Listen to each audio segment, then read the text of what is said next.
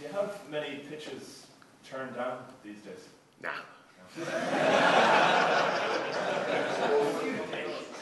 So do you think you can get away with anything at this stage? Do you ever feel like fucking with them? Years ago, I wrote a picture of Marvel Comics specifically to fuck with them. There was this editor I knew called Tom Brevoort, who at the time he's loosened up a lot now, but he was very, very straight and conservative in terms of his comics. He was editing this lousy teen superhero book called New Warriors, and he was trawling for pitches, and it was nothing I would ever write. Terrible thing, but somehow I got tapped somehow for a pitch, and I wrote this pitch specifically so it wouldn't be published. I wrote it just so that he would be horrified and would stagger around the corridors at Marvel saying, "Can you believe what he sent me? I threw up 3 times." All the characters get mutilated, there are amputations, one of them explodes. How are you not writing for DC at the moment? I wrote it specifically to fuck with the guy, which is a terrible thing to do, but I was a very bad person back then. I'm much better now. Was? You can tell, can't you? Very back. Yeah, just out of curiosity. Speak up. Has there ever been a character that you didn't get to write about, like that you didn't get to write a comic for that you really wanted to write for? No, because that's not what I came into comics for. There is or at least was, a very strict demarcation between British and American comics writers, which was American writers grew up reading Spider-Man and Superman. So they assumed the job of a comics writer was to go to Marvel or DC and write Superman or Spider-Man. Whereas we all grew up with 2000 AD. That was, 6 different strips in it every issue, every week. They would change every several weeks. There would always be new work in there. So we grew up thinking the job of a comics writer is to come up with new stuff. And we've all had to adjust to the American system in order to attain an audience to do what we came in to do.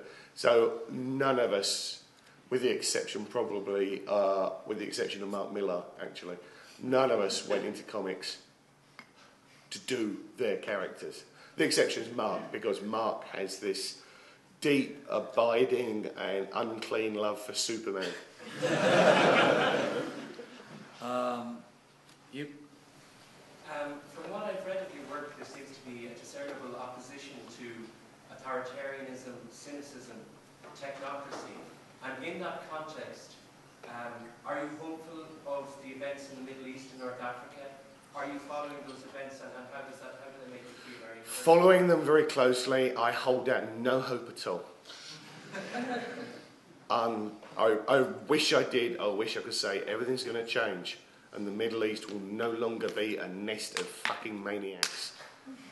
But yeah, the Egypt uprising was great, but who's running Egypt now? The military. It's going to be a situation, at best, it's going to be a situation like Turkey or Pakistan, where if the military don't like the government, they will just take the government away. Libya, I'm worried that Libya is going to go horribly, horribly wrong. I would love to say I hold out hope, but I really don't. The problem with bringing down governments, of course, is that other governments replace them.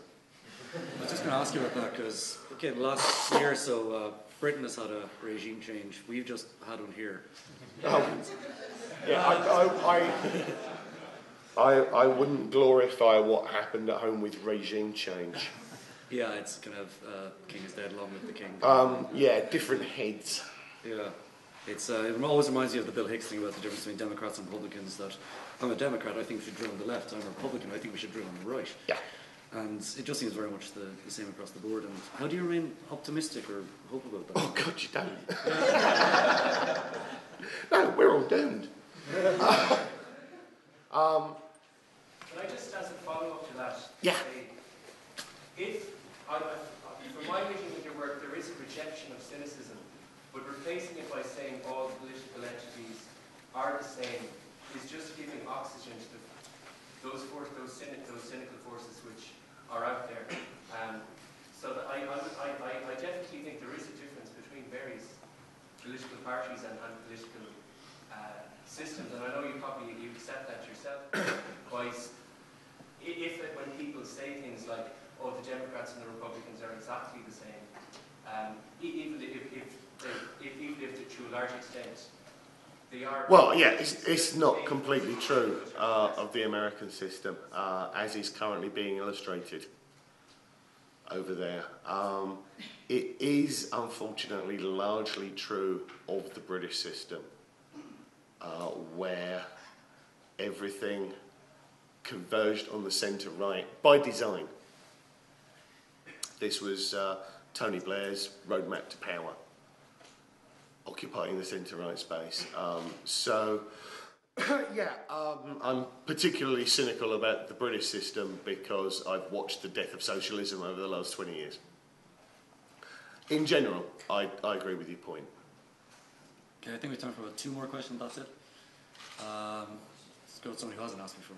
Actually, it's a completely different subject. I wanted to ask you about the artists that you work with, because, especially in Transmet and others as well, quite a lot of the story is told by the pictures in the advertisements or slides or everything that's going on in the background, and I just wanted to know how much of that was your influence or them doing it on their own? A lot of the stuff you'll find it was specifically called by me in the script, but on something like Transnet, once we've been running for a couple of years, Derek knows what to do. Derek knows what we need to see in the background, so I create the space for Derek to be able to have a bit of fun with the backgrounds. But it all comes from what I specifically called out in the scripts, creating the backdrop to the city. Okay, I think we have one more. Back. You talked about adapting to the American system. When you're writing an established character, do you do a lot of homework, or do you just go X-Men 3 on it? A lot of homework. A lot of homework. I didn't grow up with a lot of this stuff, so Marvel used to have to send me huge boxes of photocopies of old comics, so I could actually find out who I was supposed to be writing. This was part of the genesis of Planetary, was the fact that I'd had to inhale so much of this research material that it had taken up parts of my brain previously reserved for things like remembering to do the washing up or what women are like. So I wrote Planetary in part so I could download this out of my head again and get some space to think.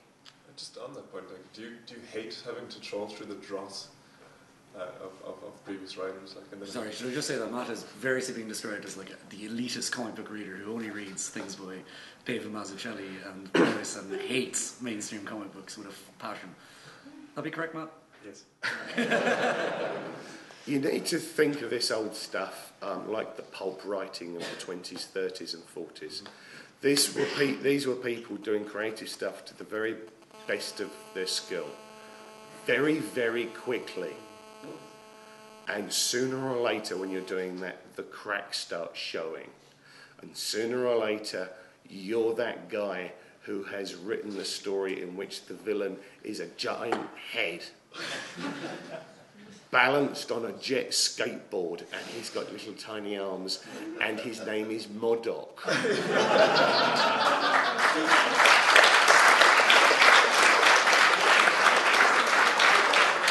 So sometimes it's like going through Lovecraft's broom cupboard. That sounds like a porno, Lovecraft's broom cupboard.